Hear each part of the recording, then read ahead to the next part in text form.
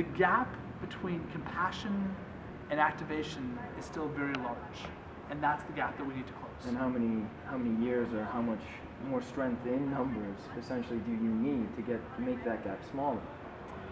It's an interesting question. I don't know is the short answer. Change happens very quickly in this world. It's amazing what one generation can bring about.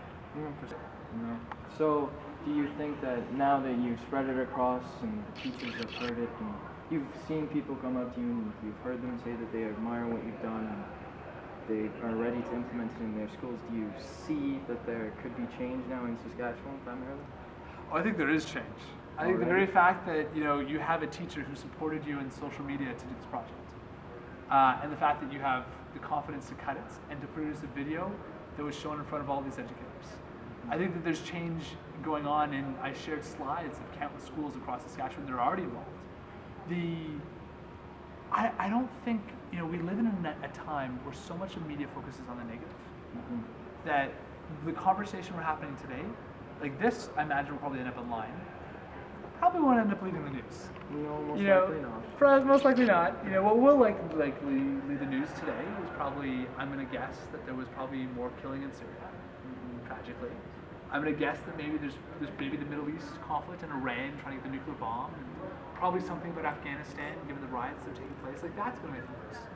But the story of a group of students in Saskatchewan who chose to pick up a news camera and have a conversation with social justice, and who are sitting all around, and who have the courage to cut into a video to share it to teachers to inspire them to action.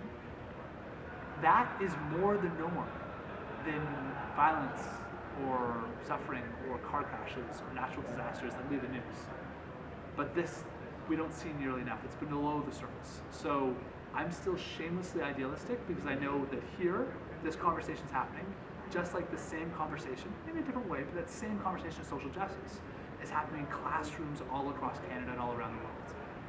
So I think that the world on balance is a much better place. It's a good place, good people doing good things. We just need to help encourage and nurture that every single day.